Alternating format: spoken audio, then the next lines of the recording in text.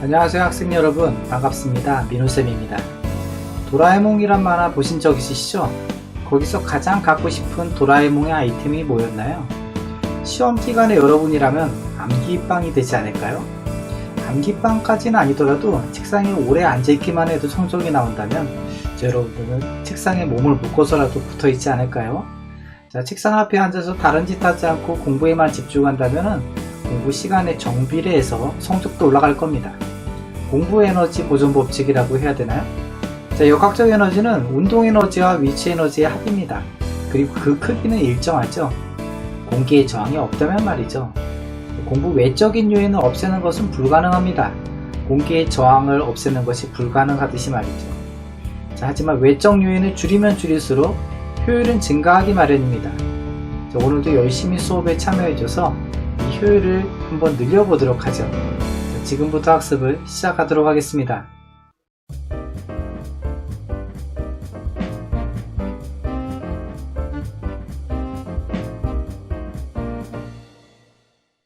오늘 학습하게 될 내용은 역학적 에너지 보존에 대한 얘기입니다. 보존이라고 하는 것은 유지되는 것을 얘기하죠. 이 역학적 에너지, 즉 운동 에너지 플러스 위치 에너지 값이 일정하게 유지되는 것, 이것을 역학적 에너지 보존이라고 얘기하게 되죠. 오늘은 몇 가지 예들을 통해서 살펴보게 될 건데요. 그 중에 우리가 유의해야 될 것이 있습니다. 이 역학적 에너지 보존은 항상 살펴볼 수 있는 것은 아닙니다.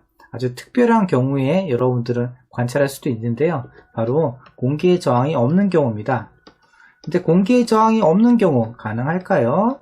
자, 공기의 저항이 없는 경우라고 한다면은 진공인 상태가 되는데요. 우리가 인위적으로 진공을 만드는 것은 실은 어렵습니다. 그래서 공기의 저항이 없다라고 가정을 하고 여러분들은 계산 문제들을 풀게 될 겁니다. 자, 두 번째, 역학적 에너지 보존에 대해서 살펴보게 될 건데, 그 중에서도 우리는 밑에서 위로 수직으로 들어올리는 경우, 연직으로 들어올리는 경우, 혹은 위에서 아래로 자연학하는 경우, 두 가지 경우만 주로 살펴보게 될 겁니다. 이렇게 수직으로 이동하는 경우만 얘기하게 될 거고요. 이거 말고 포물선으로 운동하는 경우는 여기선 다루지 않습니다. 나중에 고등학교 올라가시면은 이제 등가속도 운동이라는 것을 배우게 될 텐데, 그때 본격적으로 살펴볼 거고요. 여기서는 밑에서 위로 수직으로 던지는 경우, 위에서 아래로 자연학하는 경우, 이 두 가지 케이스만 주로 다뤄보게 될 겁니다. 자, 학습 목표는 역학적 에너지 보존 법칙을 설명할 수 있다라고 되어 있죠.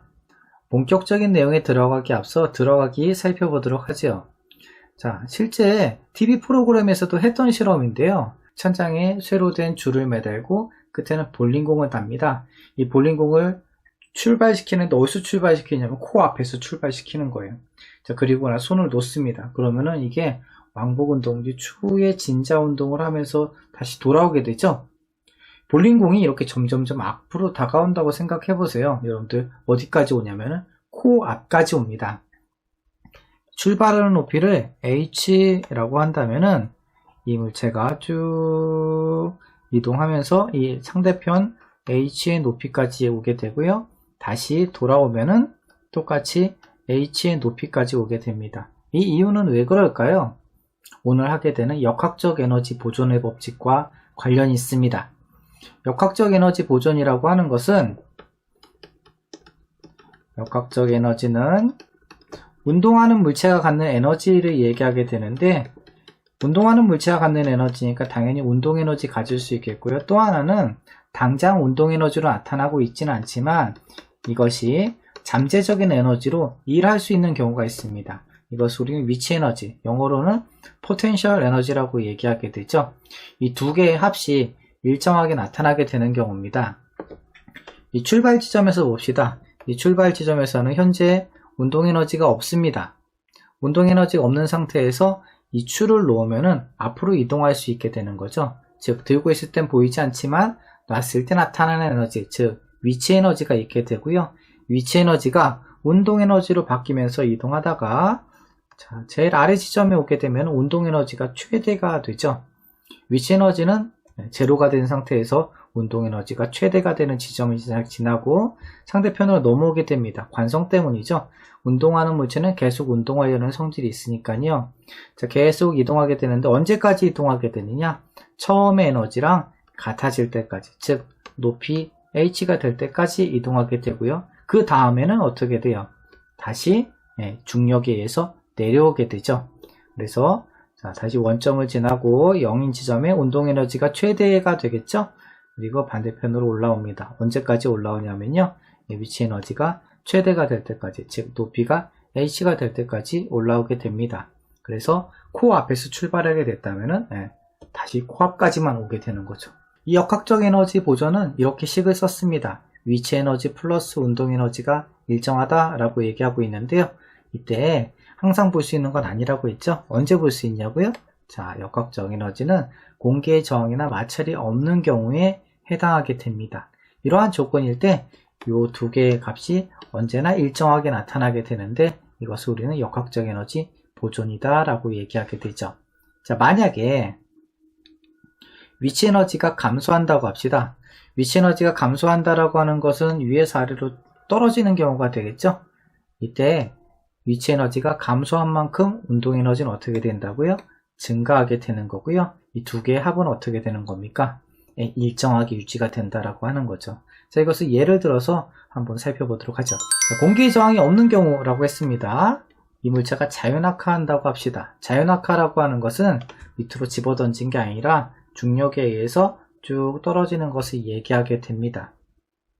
최고점에서의 역학적 에너지가 100이라고 합시다. 이때 높이를 10m라고 하는데요. 최고점이라고 되어 있죠. 최고점에서는 운동 에너지가 있을까요? 자연낙하니까 운동 에너지는 없습니다.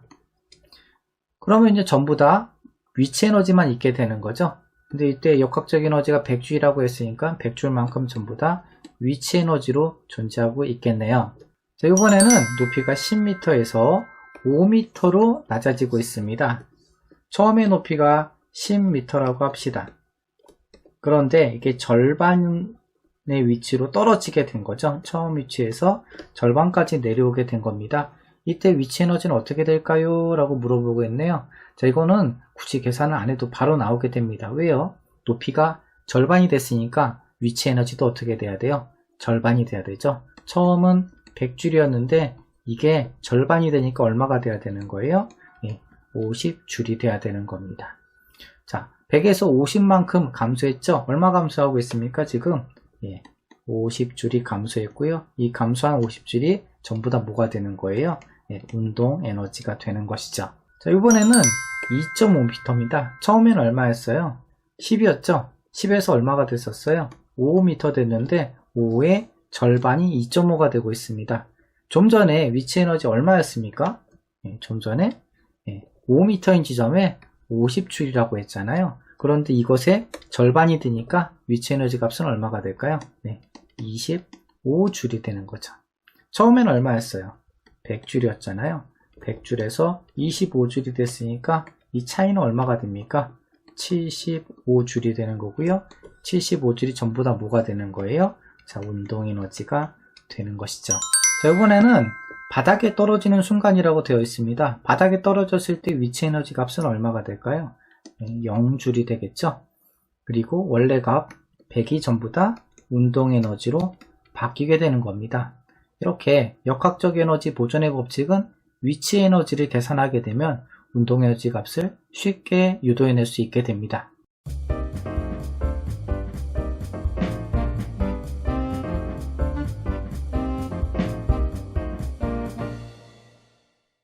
높은 곳에서 점프하고 있는 다이빙 선수입니다. 이 다이빙 선수가 갖고 있는 것은 위치 에너지만 가지고 있죠. 자, 이 상태에서 아래로 떨어집니다. 떨어지게 된 위치 에너지는 어떻게 되고 있어요? 감소하죠. 이 감소한 만큼 운동 에너지가 커지게 되는 겁니다. 자, 중간점을 지나고 있습니다. 위치 에너지의 크기와 운동 에너지의 크기는 어떻게 돼요? 무조건 같아지게 됩니다. 딱 가운데 되는 지점이 운동 에너지랑 위치 에너지가 같아지는 지점이다 라고 생각하시면 됩니다. 그리고 바닥에 도착했을 때 위치 에너지가 없죠. 대신 운동 에너지가 처음 위치 에너지의 크기랑 같아지게 됩니다. 그래서 시험에 아주 잘 나오는 부분인데요.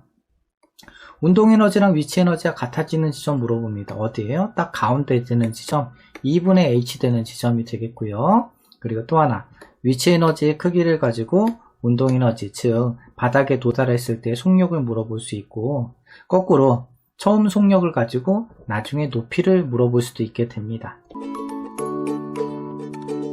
자, 실험을 통해서 한번 자유낙하에 대해 설명해 보도록 하겠습니다.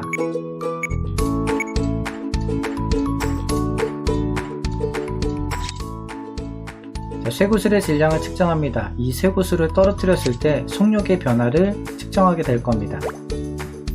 자, 우선 0점을 맞추고요. 그리고 나서 쇠구슬의 질량을 쟀더니 0.11kg이네요. 플라스틱관을 수직으로 세웁니다. 그리고 끝에는 종이컵에 모래를 채워넣고 그 부분에 추가 떨어질 수 있도록 세팅을 합니다. 중간중간에 속력 측정기를 설치해 놓게 되는데요. 자, B 지점의 높이를 기준면으로 해서 끝 지점을 O, 중간 지점을 A로 해서 높이를 측정하게 되는데요. 제일 아래에 속력 측정기 있는 지점을 기준면으로 삼아서 출발하는 지점 O까지 1m, 중간 지점을 0.5m로 기준 삼습니다. 그리고 쇠구슬을 떨어뜨릴 때 A점과 B지점을 지날 때 속력을 측정하게 됩니다. 한 번에 측정하지 않고요, 3번에 측정해서 평균값을 이용하게 됩니다.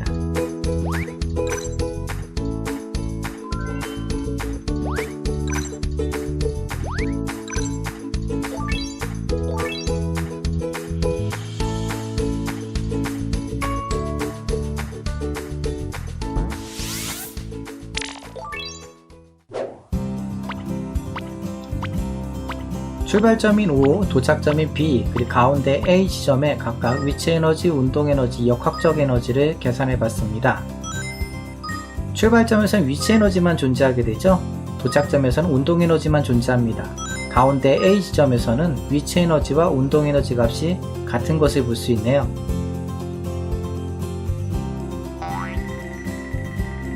그래서 출발점의 위치에너지가 도착점의 운동에너지로 모두 바뀌는 것을 볼 수 있고요. 이때 역학적 에너지는 보존되는 것을 확인할 수 있습니다. 방금 실험 내용을 다시 한번 정리해 보도록 하죠. 저희 교과서에는 없고 비상교과서에 있는 실험인데요. 자, 내용이 괜찮아서 가지고 왔습니다. 자, 출발점에서 쇠구슬을 떨어뜨리고 있죠. 자, B지점을 통과할 때 밑에 속력을 측정하게 되는데요. 이제 중간인 지점 A지점에 또 하나의 속력 측정기를 설치해 놨습니다. 이 쇠구슬이 바닥에 떨어지면 안 되니까 바닥에다가는 충격을 흡수할 수 있는 모래를 넣은 종이컵을 설치해 놨습니다. 이 상태에서 쇠구슬의 질량을 측정해 봤었죠. 값은 여기서 0.11kg 이었었죠.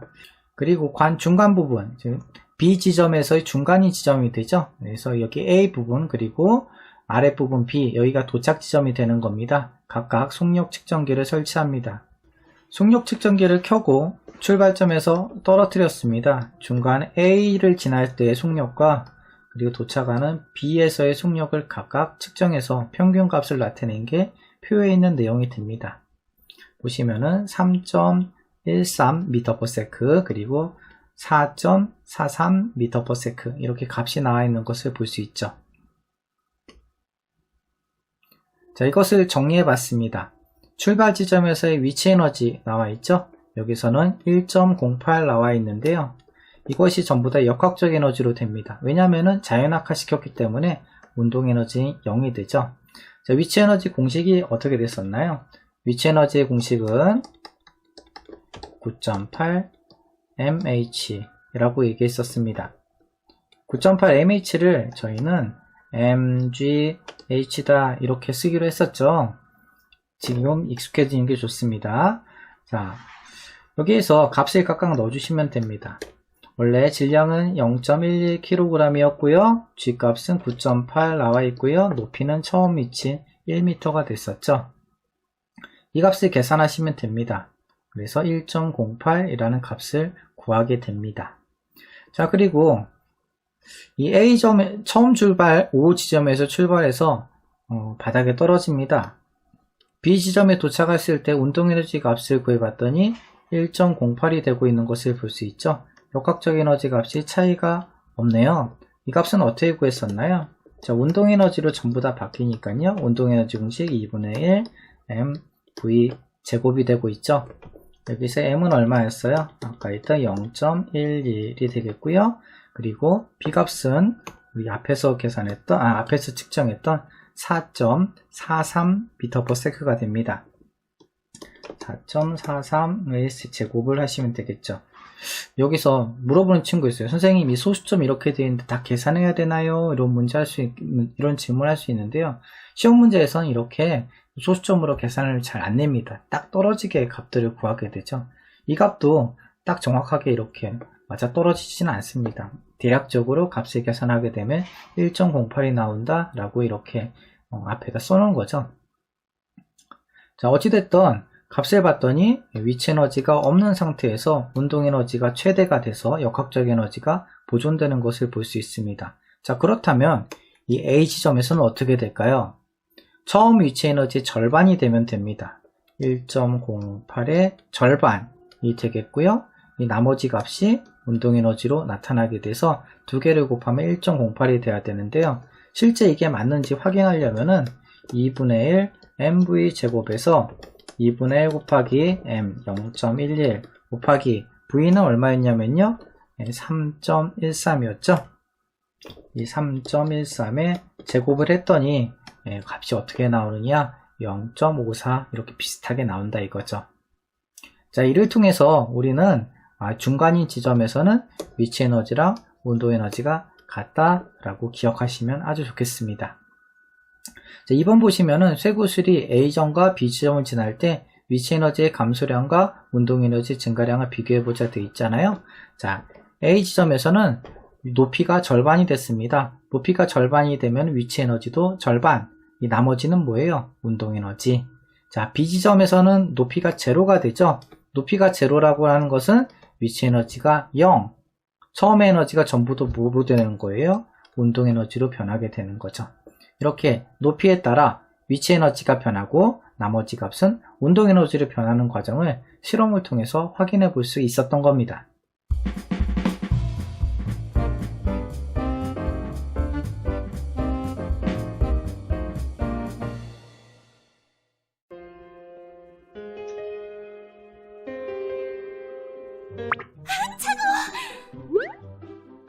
참 빠질 거요 말 거요.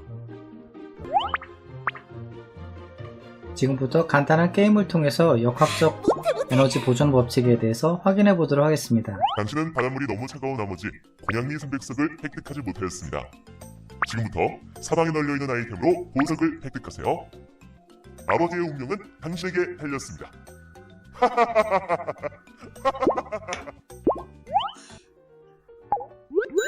이 힌트를 기억하면 보석을 획득하는 데 도움이 됩니다. 자, 힌트는 역학적 에너지 보존 법칙이죠. 자, 속력 아이템과 질량 아이템을 얻고 있습니다.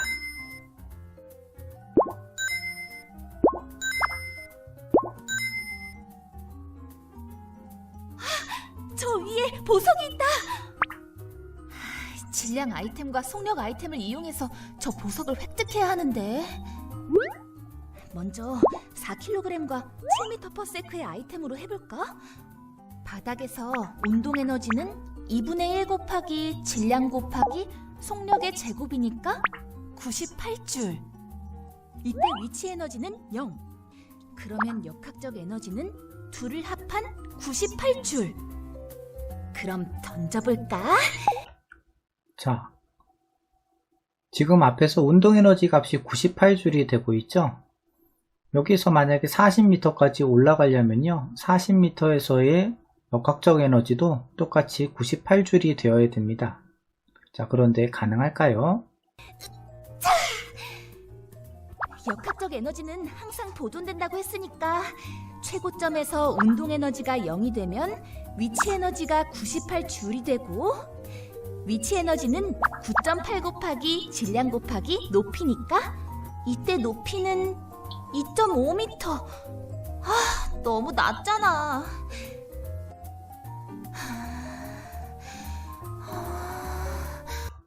자, 어떻게 하면은 40m까지 올릴 수가 있을까요? 자, 여기서는 이 질량하고는 실은 상관이 없습니다. 왜 질량하고 상관이 없는지에 대해서는 뒤에서 다시 한번 제가 설명해 보도록 하고요. 자, 우선 여기서는 속력이 빠르면 빠를수록 운동 에너지가 커질 테니까 위쪽으로 올라갔을 때 발생하게 되는 위치 에너지 값도 커지게 되겠죠. 즉 여기서는 지금 오른쪽에 보시면은 속력 아이템이 7m/s, 14m/s, 28m/s가 있는데 28m/s의 아이템을 이용하면은 도착할 가능성이 제일 높게 될 겁니다. 근데 제가 얘기했잖아요. 질량하고는 상관이 없다고요.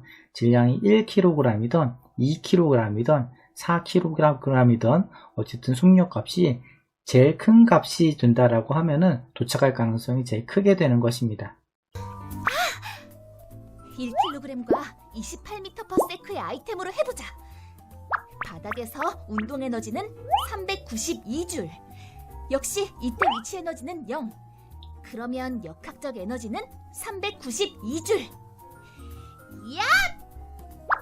최고점에서 운동 에너지가 0이 되면 위치 에너지가 392줄이 되고 이때 높이는 40m. 여기 지금 숫자가 잘못 나왔네요. 질량은 2가 아니라 1입니다. 그래서 9.8mh에서 9.8 곱하기 질량 앞에서 1이었죠. 1 곱하기 높이 40 하면은 위치 에너지 392줄이 나오게 됩니다. 성공이다! 조금만 더 모으면 공양미 300석을 살 수 있겠어! 자, 속력이 빠를수록 높이도 높아지게 되는 겁니다.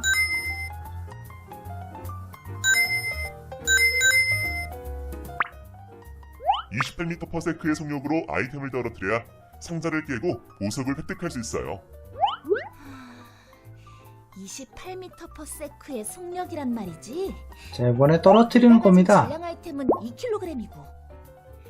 그럼 높이를 2.5m로 해서 아이템을 떨어뜨려 볼까? 자, 여기서 또 마찬가지로 질량은 실은 상관이 없습니다. 9.8 곱하기 2 곱하기 2.5니까 49줄. 떨어뜨리기 전이니까 운동 에너지는 0. 역학적 에너지는 49줄. 그럼 이제 떨어뜨리면 역학적 에너지는 항상 보존되니까 바닥에 닿으면 위치 에너지가 0이 되고 운동 에너지는 2분의 1 곱하기 2 곱하기 속력의 제곱이니까 이때 속력은 7m/s. 아직 어림도 없네. 이걸 내려서 높이를 조절해볼까? 자, 이 경우에는 높이가 차이가 크면 클수록 속력이 커지게 되겠죠. 떨어뜨려보자. 여기 최고점에서 위치 에너지는 784줄. 이때 운동 에너지는 0. 그러면 역학적 에너지는 784줄. 이제 떨어뜨리면 바닥에서 위치 에너지가 0이 되고 운동 에너지는 784줄이니까 이때 속력은 28m/s. 와, 성공이다! 조금만 더 모으면 공양미 300석 문제 없겠는데?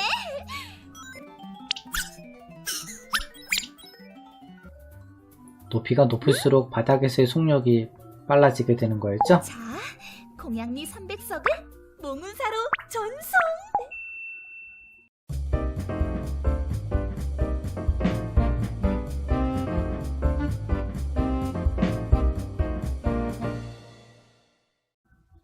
자, 앞에 문제 잘 보셨나요? 자, 앞에 문제에서 제가 질량하고는 상관이 없다고 얘기했었잖아요. 한번 공식으로 제가 증명해 보이겠습니다.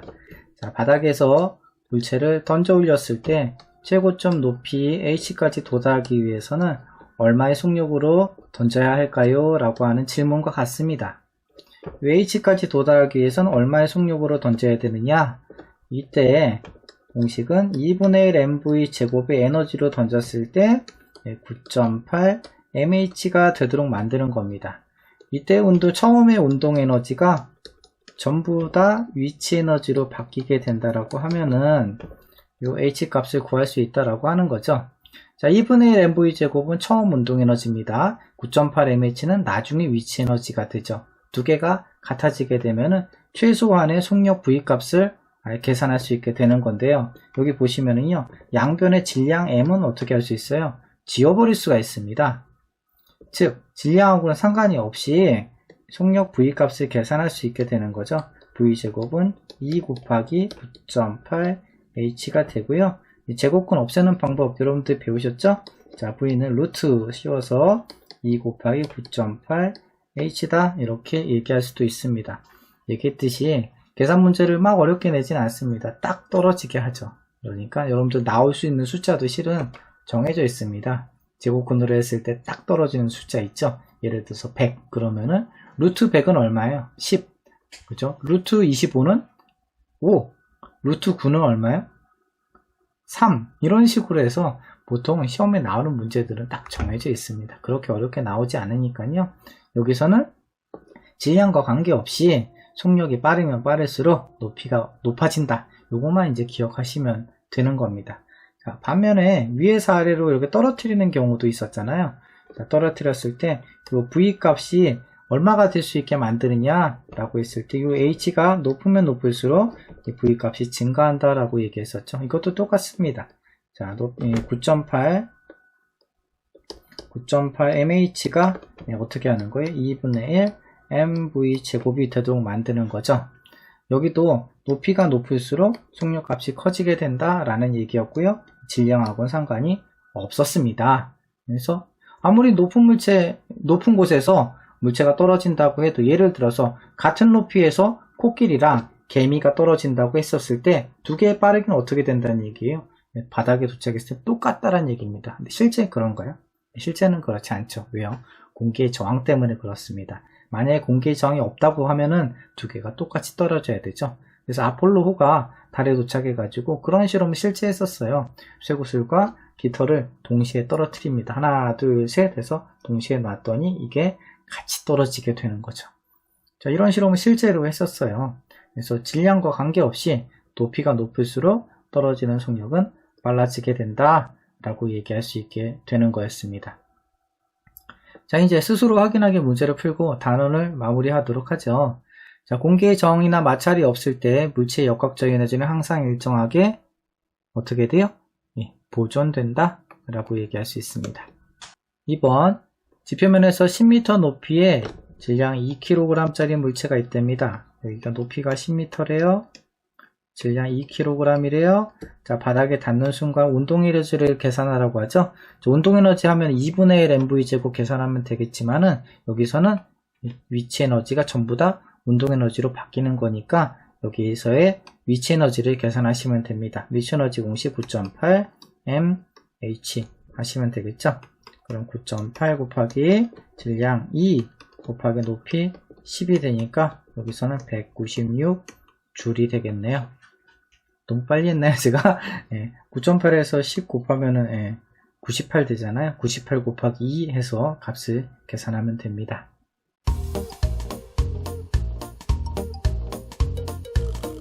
자, 오늘 수업에 집중해서 참여하셨나요? 자, 한 번에 되는 일은 없습니다. 오늘 수업이 기점이 돼서 공부하는 습관이 변했어요. 이렇게 자랑할 수 있으면 좋겠네요. 자, 변수가 줄어들수록 결과가 더욱 선명하게 보이기 마련입니다. 자, 다음 시간은 역학적 에너지 보존에 대해서 다양한 문제들을 풀어보겠습니다. 복습 잊지 마시고요. 오늘도 수고 많으셨습니다.